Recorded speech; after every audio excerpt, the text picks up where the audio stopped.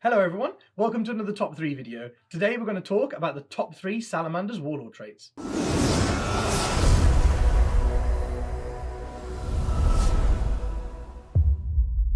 If you're enjoying the content and you haven't already, please hit the subscribe button and the notifications bell in the corner to show your support and also so you know every time we drop one of these videos. Right, let's get straight into it then.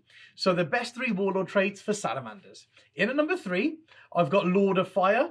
Very fluffy, very thematic, and I just think if you're going to use Salamanders at the moment, you're going to be using them because the range of flamers now has gone to 12 inches and multi-melters are very strong in the meta at the moment as well. And this Warlord trait just helps improve the flamers even better. What it lets you do is re-roll the number of dice to determine how many attacks are made with flame weapons for friendly Salamanders units. Friendly Salamanders models whilst their unit is within 6 inches. So as long as a unit is within 6 inches of this Warlord, then all models in that unit can re-roll the number of dice for how many attacks they make with flame weapons. I think it's wicked because things like veterans, Stern Guard veterans, can have combi flamers and come down in drop pods and re-rolling the number of shots they get, especially when you can do things like +1 to wound on them. They can be savage and a great alpha strike, and your opponent just might not see it coming, the amount of attacks that you've got, and especially with the 12-inch range flamers now. I think it makes them very deadly. So that's why that's in at number 3 for me. In at number 2, I've got Forge Master. So Forge Master, this is the way that you get that unkillable Warlord. He's super tough. What you do, stage 1, you take him on a bike. He is toughness 5. Then Forge Master, what this Warlord trait does is that you add 2 to the toughness characteristic of the Warlord. So all of a sudden on a bike, he's now toughness 7.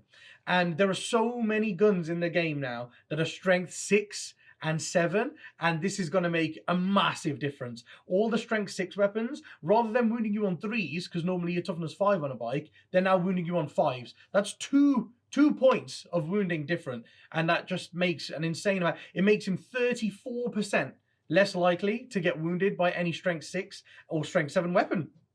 So that's incredible in the first place. And then what you do to get the most out of this Warlord trait is you combo it with a relic called the Salamander's Mantle. Now the Salamander's Mantle, when you make an attack against this Warlord, you must subtract 1 from the wound roll. So now strength 6 weapons have gone from wounding you on 3s to wounding you on 6s, making him, I think, 50% less likely to get wounded by an attack from that weapon. I think that's incredible. So toughness 7 with -1 to wound. That guy is just not going to die. He can whiz around the board wherever you want. He can tie up units that maybe you don't want your opponent to shoot into your army. And then, you know, even if your opponent hits him with all the shots, if they've got a bunch of strength 6 weapons in their army or strength 5, 4 weapons in their army, they're all wounding you on 6s. So he's probably not going to go down. And that's why that's number 2 for me. Number 1 for me is never give up. The reason why it's number 1 is because the mission is the most important thing in the game right now. Playing the primaries is very important. And this Warlord trait means that at the start of the battle round, you can choose a Salamander's unit within 6 inches of the Warlord, and they gain the Defenders of Humanity ability, which is basically objective secured. So if that unit is on an objective that another unit is on, they still hold that objective, unless your opponent also has a similar ability. So this is amazing because you do it at the start of the battle round.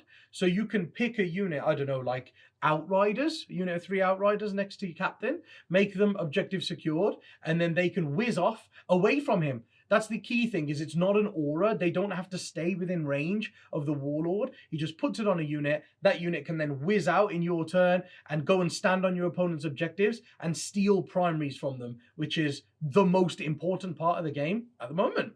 So those are my favorite 3 Salamanders Warlord traits. If you have any that have been working really well for you, please leave them in the comments below, because it's all about sharing and growing as a community.